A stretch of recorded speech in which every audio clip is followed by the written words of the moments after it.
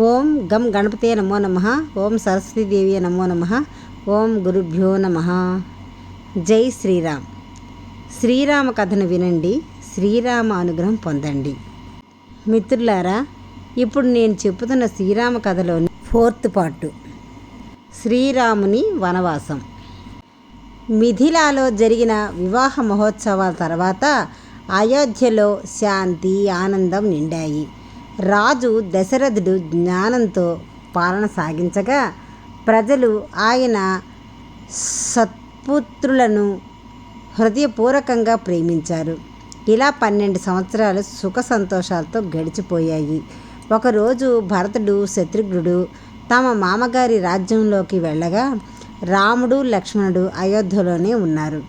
అప్పటికి వృద్ధుడైన రాజు దశరథుడు తనలో తానే అనుకున్నాడు, ఇప్పుడు నా సింహాసనాన్ని రామునికి అప్పగించే సమయం వచ్చింది.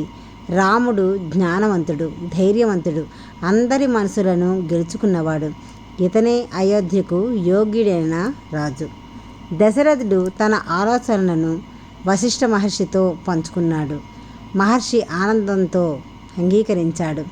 రాముడు నిజంగా ఆదర్శ రాజుగా నిలుస్తాడు. తర్వాత రాజు తన మంత్రులను, రాజకుమారులను పిలిచి రాముని పట్టాభిషేకం ప్రకటించాడు.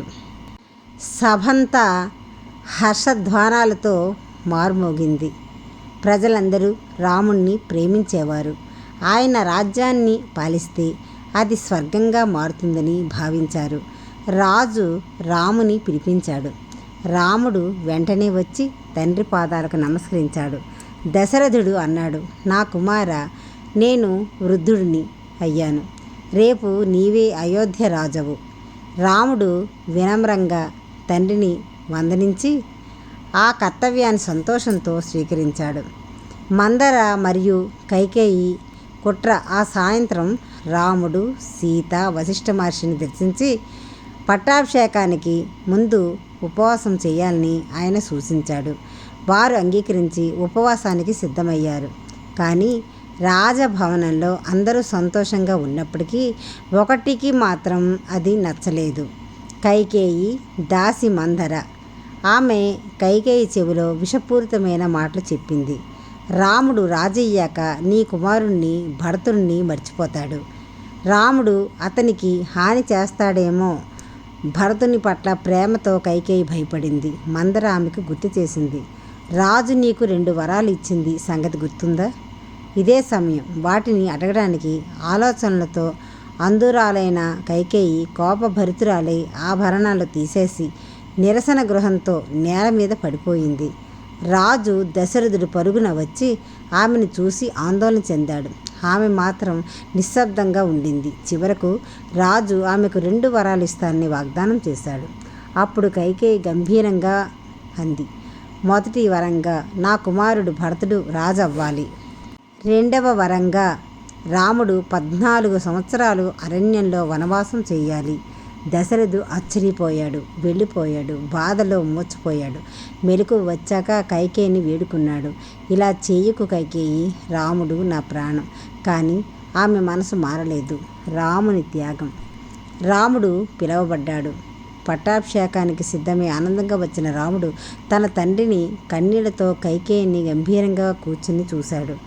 ఆయన నమస్కరించి కారణం అడిగాడు. కైకేయి అన్నది, నీ తండ్రి నాకు 2 వరాలు ఇచ్చాడు. నేను అడిగింది భరతుడు రాజవ్వాలి. నీవు 14 సంవత్సరాలు అరణ్యంలో వనవాసం చెయ్యాలి. రాముడు శాంతంగా విన్నాడు. తర్వాత ఆమె పాదాలకు నమస్కరించి అన్నాడు, తల్లి, నీ కోరిక నాకు సంతోషమే. భరతుడు రాజవ్వడానికి నేను ఆనందంగా స్వీకరిస్తాను. తండ్రి వైపు తిరిగి ప్రేమతో అన్నాడు, తండ్రి, మీరు దుఃఖించకండి. ఇచ్చిన వాగ్దానాన్ని తప్పక నిలబెట్టాలి. సీత లక్ష్మణుల నిర్ణయం. సీత ఈ వార్త విని ధైర్యంగా అంది, నేను నీ భార్యను. ఎక్కడికి వెళ్ళినా నీతోనే వస్తాను. నీ సుఖం దుఃఖం 2 నాది. లక్ష్మణుడు ఇలా అన్నాడు, అన్నా, నేను నీ పక్కనే ఉంటాను. అరణ్యంలో నేను నీకు వదినకు రక్షకుడిని అవుతాను. రాముడు వారిని ఆపడానికి ప్రయత్నించినా వారి ప్రేమ అచంచలంగా నిలిచింది. వనవాసం ప్రారంభం. ముగ్గురు రాజవస్త్రాలను తీసేసి చెట్టు తొక్కలతో చేసిన వస్త్రాలను ధరించారు. రాముడు తన ఆభరణాలు తీసేశాడు. సీత కూడా అలాగే చేసింది. అయోధ్య ప్రజలు కన్నీటితో వారికి వీడ్కోలు పలికారు. సుమంత్రులు నడిపిన రథం ముందుకు కదిలింది. రాజు దశరథుడు విలపిస్తూ పిలిచాడు, రామా రామా. కానీ రాముడు ధైర్యంగా వంగి నమస్కరించి ముందుకు సాగిపోయాడు. ఆ రాత్రి వారు తమసా నదీ తీరంలో విశ్రాంతి తీసుకున్నారు.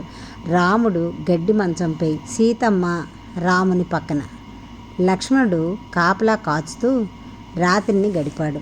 ప్రభాతంలో రాముడు సుమంత్రునితో అన్నాడు, నిశ్శబ్దంగా రథాన్ని ముందుకు నడపండి. ప్రజలు మమ్మల్ని ఆపకూడదు. అలా ఆయన అయోధ్యను మెల్లగా వీడాడు.